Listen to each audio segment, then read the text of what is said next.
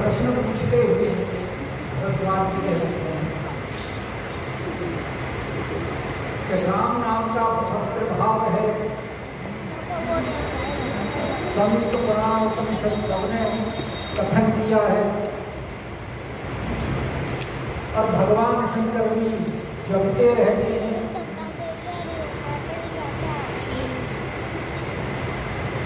और राम नाम के जप के प्रभाव से भगवान शंकर अविनाशी हुए हैं और भगवान की पदवी प्राप्त है। और उसी राम नाम के प्रभाव से जो 84 लाख योनियां हैं उनमें जो जीव काशी में अपने प्राण त्यागता है, मरते समय भगवान शंकर उसके नाम में राम नाम तारक मंत्र प्रदान करते हुए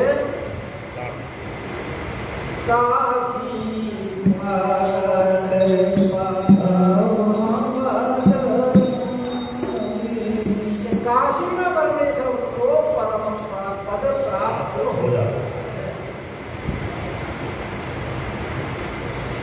और ये भी भगवान शंकर के पास में ये महिमा जो प्राप्त हुई है उसका अगली कहानी में स्पष्टीकरण कर दिया।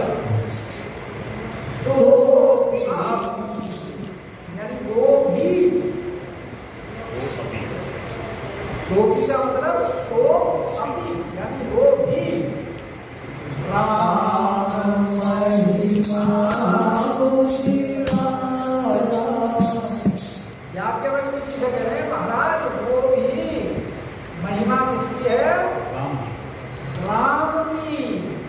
का वो जाप करते रहते हैं।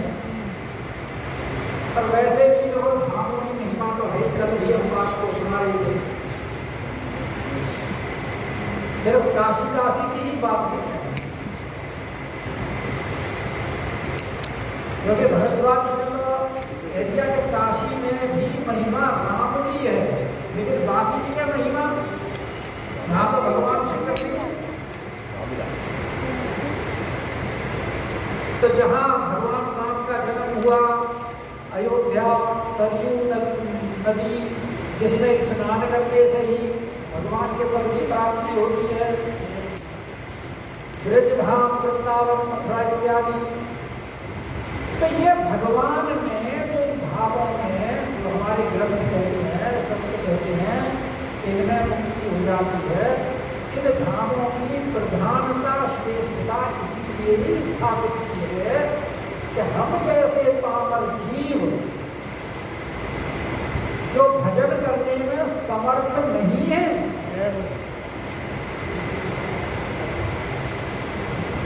इसीलिए उन्होंने ये 4 वस्तुएं प्रदान की है कि आप चारों के माध्यम से किसी एक को प्राप्त करिए और अपना कल्याण कर लो। जैसे भगवान शंकर सेवयोपदेश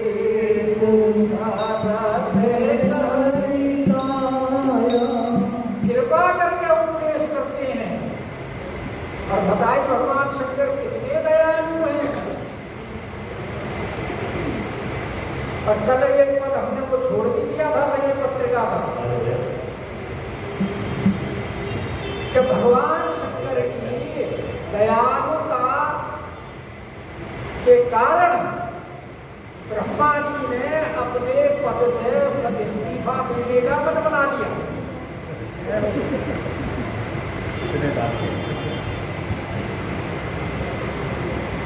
चलो सुनाई देते हो, देखता हूँ मिलेगा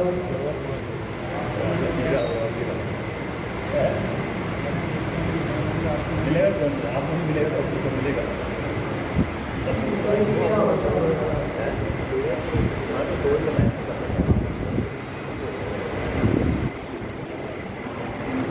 चल एक और भी बात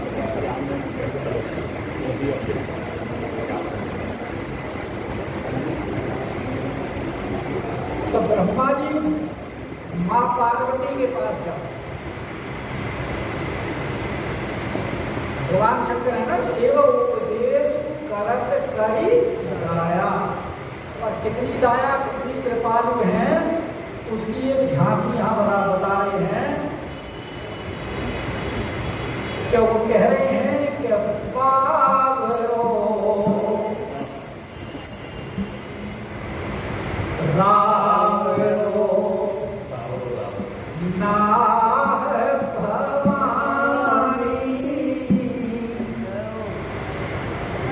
भवानी, आपके पति पागल है, पागल पावरे।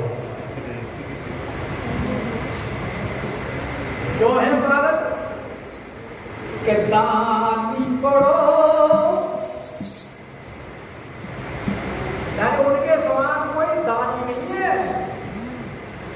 के दानी पड़ो दिन भेद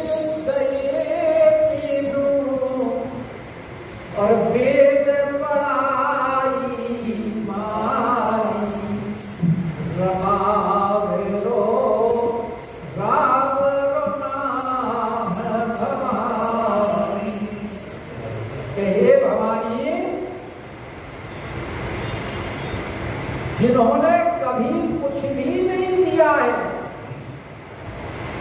वरना तो ये कहते ना भाई दिए ना है दान तो पाओगे कहां से। लेकिन भगवान शंकर ऐसे दानी हैं कि जिन्होंने कभी कुछ नहीं दिया, कि दानी दानी बड़ो वेद दये पीनो और वेद पढ़ाई भारी, यानी उन्हें भी वे प्रतिदिन दिया करते हैं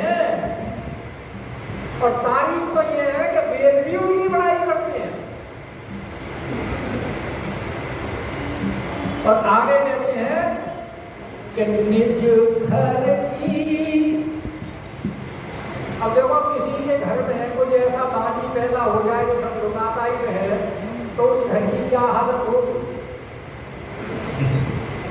और घर के बारे में सोचने का काम किसका है? गृहिणी का। स्त्री को गृहिणी कहा जाता है। और गृहिणी क्यों कहते हैं कि ग्रह उसका ऋणी रहता है, इसलिए उसको गृहिणी कहा जाता है, क्योंकि उसके इतने उपकार होते हैं गृहस्थ के ऊपर, घर के ऊपर। अगर स्त्री चाहे तो घर बना दे और स्त्री चाहे तो घर उजाड़ दे। घर का सारा जो है निर्वाह स्त्री के ऊपर है। इसीलिए ब्रह्मा जी आकर के पार्वती जी से शिकायत कर रहे हैं कि तुम अपने घर के बारे में सोचो कि ये इतने दानी हैं कि बावले की तरह दान कर रहे हैं। निज घर की घर बात में लोग, अरे हो तुम परम सयानी, और शिव की दई संपदा उनकी जो देने के दान की जो बात है उसको देख करके जितना वो देते हैं, शिव की दई संपदा देखत, और श्री शारदा ज्ञानी बाप है रो राम है कि आप परम सर्वान सयानी हैं, जरा अपने घर की घरेलू बात को देखिए।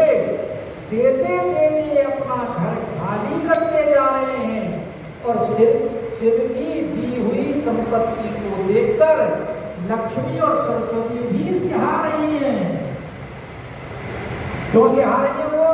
उनका दूसरा अर्थ ये है कि ये तो अगर जल्दी कंगाल हो जाएंगे घर हमारे मुकाबले कहाँ है। और पड़ोसी तो हमेशा दूसरे को दुखी देख करके प्रसन्न होते ही होते हैं। और आगे कह रहे हैं कि जिनके भाग, भाई किस्मत तो कर्म के हिसाब से ही बनती है ना, और जो जैसे कर्म करता है उसको वैसा उसका भविष्य बनता है।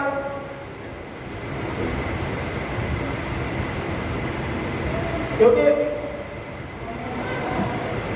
कह देंगे भाई तुम्हारे भाग्य में नहीं है, भाग्य बनेगा कैसे जब तुमने भाग्य बनाने के काम किए होंगे। अब जिसके भाग्य में संपदा लिखी नहीं कभी, क्योंकि उसने दान किया ही नहीं, लेकिन भगवान शंकर उनको भी इतना दे रहे हैं क्या कि शिव की दई जिनके भाल लिखी लिपि मेरी, और सुख की नहीं निशानी। क्योंकि मैं तो कर्म के हिसाब से लिखता हूँ ना भाग्य, मैंने चलिए भाग्य में सुख का नाम भी नहीं लिखा, और उनको इन्होंने इतना दे दिया कि तीन रंग करने को नाग समारस, नाग माने स्वर्ग, उनके लिए मुझे अलग स्वर्ग की रचना करनी पड़ रही है, जिनके भाग्य में मैंने सुख लेशमात्र भी नहीं लिखा। कि जिनके भाल लिखी मेरी, सुख की नहीं निशानी, और तीन रंग को नाथ समारत, और हो आयो नक, यानी मेरी नाक में नम आ गया। कितने स्वर्गों की रचना करूं मैं करते करते थक गया। और ये कौन कह रहे हैं? ब्रह्मा जी। इसलिए आगे कहते हैं कि तुम दीनता दुखी इनके दुख और जाचकता अकुलानी। कह रहे कि दुनियों के दुख और जीवता भी दुखी है। क्या हम किसके घर जाएं? हमारे लिए स्थान ही नहीं है रहने के लिए। दुख और जीवता जो है वो लोगों को तो परेशान है, क्योंकि इतना इन्होंने रुला रखा है कि दुख दीनता दुखी के दुख और जाचकता अकुलानी। और यह अधिकार अरे सौंपिए और अधिकार जो कि हमारे बस की नहीं है, जो ब्रह्मा जी करते, ये पोर्टफोलियो किसी और को दे दो। अरे यह अधिकार सौंपिए और भीख भरी में जानी। इससे तो भीख मांग के खा लूंगा, अपने बस की नहीं है। बावरो रावरो नाम भवानी। और आगे कह रहे अंत में कि प्रेम प्रशंसा, यानी ब्रह्मा जी ये सिर्फ ये मतलब कि उल्हाना दे रहे हैं, ये उल्हाने के माध्यम से प्यार से भगवान शिव की प्रशंसा हो रही है कि प्रेम प्रशंसा और विनय व्यंग और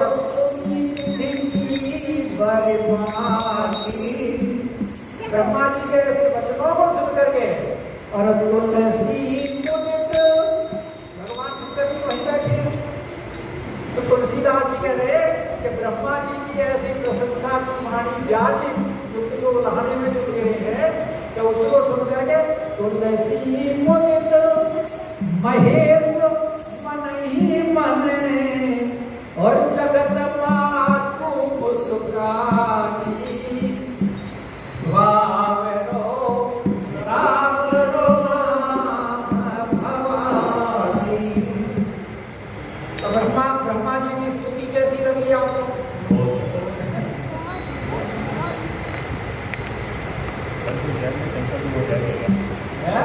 सब कुछ जाने शंकर जी को रहने दो। इसलिए कह रहे हैं कि सोमिना महिमा शिव उपदेश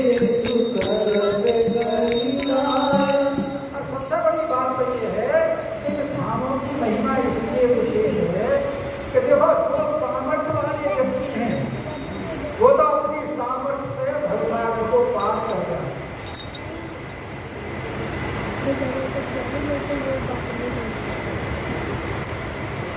कबीरदास जी जब मरने लगे तो काशी छोड़ के जाने लगे। पूछा कहाँ मरे वो? मगहर में जाओ।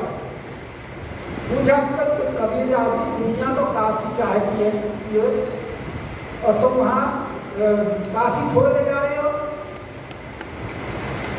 तो बोला कि अगर काशी परत मुक्ति मिली तो राम का काहे हो रहा?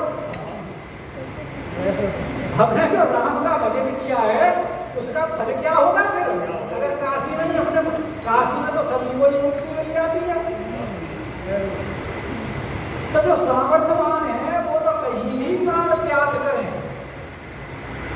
लेकिन हमारे जैसे जो असमर्थ हैं, असहाय हैं, जिनके बस की कुछ नहीं है, उनके लिए उन्होंने ये विधान किया है कि भाई किसी से कुछ ना हो तो अपने धाम में आ जाओ, धाम की शरण दे दो। धाम में तो अगर आप लेटोगे भी ना तो वो भी दंडवत करना, बातचीत करोगे वो भी हरी चर्चा है। धाम की तो महिमा ही अलग है। वहाँ तो इसीलिए तो जो हम बताते हैं कि भाई देखो किसी मंत्र का जाप अगर घर में बैठ कर करोगे उससे ज़्यादा फल मंदिर में होगा, मंदिर से ज़्यादा तीर्थ में होगा। तो ये स्थान तो बताए गए, इसलिए तो बताए कि विशेषता है, महानता है। तो इसलिए धाम का महत्व है।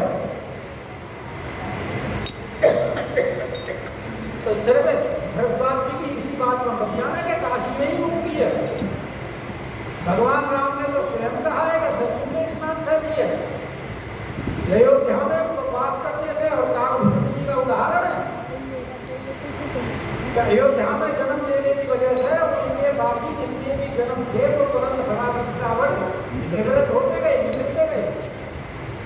और सबसे बड़ा प्रभाव है कि अगर किसी का धाम में जन्म होता है तो समझ लो कि उसे सर्टिफिकेट मिल गया, कि इसको लोग से मिलना ही मिलना है, वो समय लग जाए वो क्या वो कितना जन्म मिलेगा। तो यहाँ भरद्वाज जी, क्योंकि भरद्वाज जी हैं कर्मकांड और वो निर्गुण ब्रह्म में ज्यादा विश्वास करते हैं, इसीलिए उनका पहला ही प्रश्न यही था कि राम नाम कर अमित प्रभाव। और इसीलिए उन्होंने भगवान शंकर के बारे में कहा कि वो जो जपते रहते हैं, राम नाम दिन रात जपते रहते हैं, कि संतत जपत संभुव विनाश। तो उनके दिमाग में कौन से नाम है जो निर्गुण निराकार ब्रह्म है, जैसे सती के दिमाग में है। इसीलिए अब लोगों के प्रश्न से बिल्कुल स्पष्ट हो जाएगा। वो कह रहे कि राम है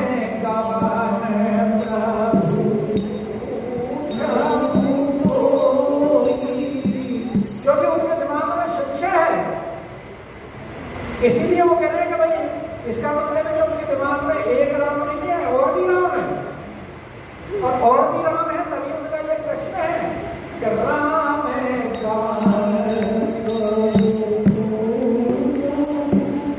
और कहीं है बुझाई, क्योंकि आप कृपा में भी हैं।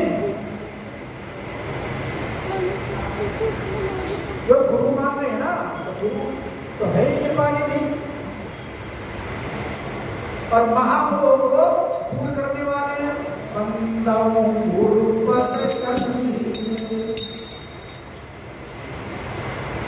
रोज प्रार्थना करते हैं हमारे धीर जी गुरु वंदना में, गुरु के चरणों की क्यों वंदना कर रहे हैं?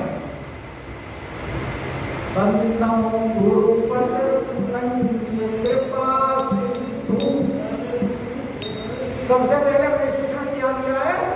कृपा सिंधु। और यहाँ भी ये क्या विशेषण में कृपा निधि, और निधि और सिंधु एक ही बात। कृपा सिंधु रूप महामोह, क्योंकि इनको मोह है, इसीलिए तो कह रहे हैं कहते सुनो ही लानत भय, क्योंकि कह रहे हैं नाथ एक संशय बड़ मोहे। और संशय का मतलब है कि मोह है, और मोह को दूर कौन करता है? गुरु। महामोह तम कुंज जासु वचन रवि कर निकल। रवि यानी सूर्य की किरण के, जब सूर्य निकलता है तो अंधकार को धक्का देकर भगाना पड़ता है क्या? ऐसे ही गुरु के जो वचन हैं वो सूर्य की किरणों के समान हैं, जिनके सामने मोह रूपी अंधकार महामोह तमकुंज सारा भाग जाता है। इसीलिए कह रहे कहीं है बुझाई कृपा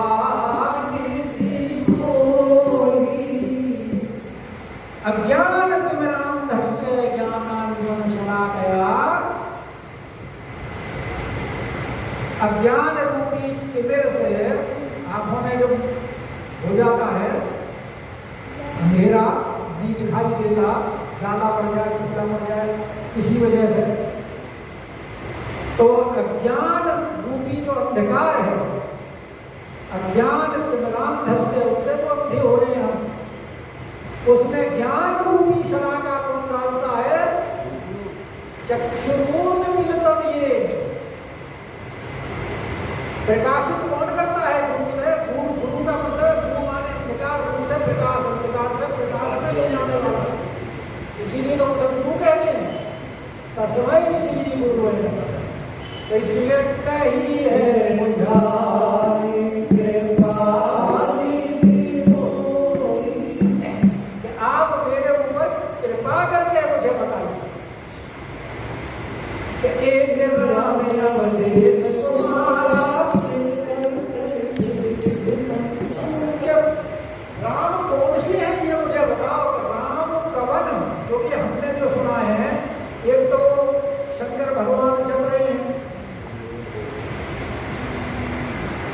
और एक यहाँ एक हमने सुना है कि दशरथ के नाम है, दशरथ के पुत्र,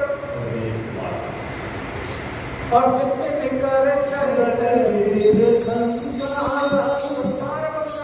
विद्यमान है, क्योंकि सती को भी तो यही सबसे हुआ था कि ब्रह्म में जो व्यापक और अकल अनिह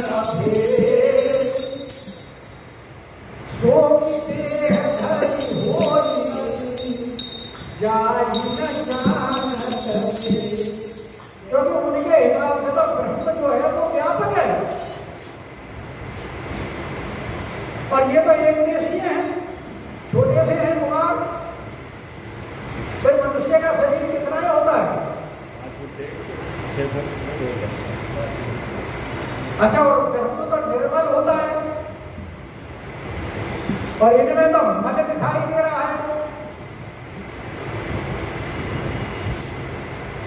जो स्त्री के ग्रह में ये जब अपना कह भी दिया कि नारी रे दुख इसका मतलब ये काम ही नहीं है। और ब्रह्म तो उसमें तो ये होते ही नहीं,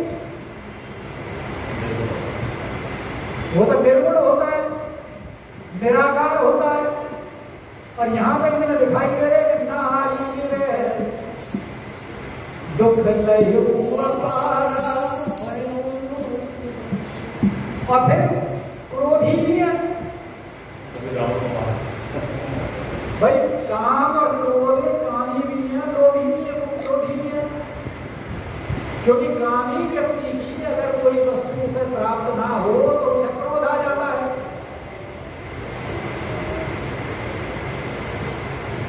गीता का संगे संजायते काम है, कामे क्रोधो विजायते, संग से काम की उत्पत्ति होती है और उसके ना मिलने से कामी को क्रोध उत्पन्न होता है। तो ये तो कामी भी और क्रोधी भी है।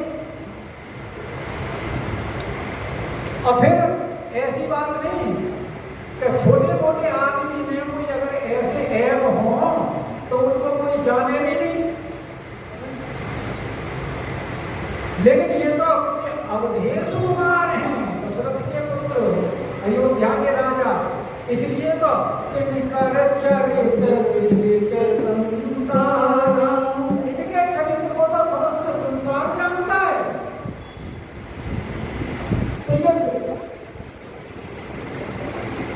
ब्रह्म कैसे हो सकते हैं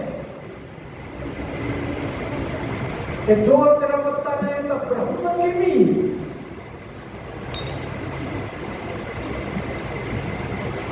सभी ने भी तो यही कहा था कि जो गर्भतन है तो ब्रह्म कैसे है फिर, और नारी के ग्रह में कैसे घूम रहे हैं? जो ऐसा कोई काम ही नहीं घूमता होगा।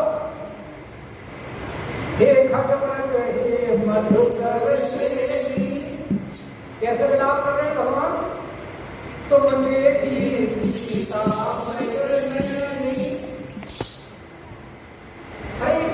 ऐसी ही लीला को देखकर तो सती को रोग हुआ, और ऐसी ही लीला को देखकर, लीला को देखकर के गरुड़ जी को मोह हुआ। और यहाँ की उस समय पार्वती जब वो देख रही थी तो पार्वती को भगवान शंकर को समझाना पड़ा कि देखो कैसी लीला जब लेकर के चला, बांध करके दबा करके इत्यादि को, तो उसने कहा कि देखो कैसी लीला कर रहे हैं ब्रह्म को कहिए, जिसकी इच्छा मात्र से और काल नष्ट हो जाए, और वो ऐसी लीला कर रहा है। लेखनाथ ने नाम पास में मान दिया, जरूरत है मैंने तो सुना ब्रह्म का अवतार हुआ है, यही ब्रह्म है, इनमें तो कोई ब्रह्मता प्रभुता दिखाई नहीं दे रही, और छुड़ाने के लिए ज्यादा हुआ है। और इसीलिए उत्तरकांड में 58 तो वहां यही प्रश्न किए नारद जी से भी, ब्रह्मा जी से भी, शंकर भगवान से भी, और फिर लास्ट में गरुड़ जी से भी। और फिर जब राम कथा सुनाई है, लास्ट नहीं है गए के बाद में, तब उन्होंने कहा कि हाँ मुझे जो भ्रम हुआ था आप मेरा संदेह है। तो ये ऐसी विचित्र लीला, तो यहाँ इनको भी यही संदेह है कि ये ब्रह्म कैसे हैं, क्योंकि ये तो हमें कामी प्रतीत हो रहे हैं और क्रोधी प्रतीत हो रहे हैं। इसीलिए कह रहे हैं कि प्रभु कोई राम की अपर कोई। तो क्या शंकर भगवान जिसको बचते हैं वो यही राम है या और कोई है कौन से? और जा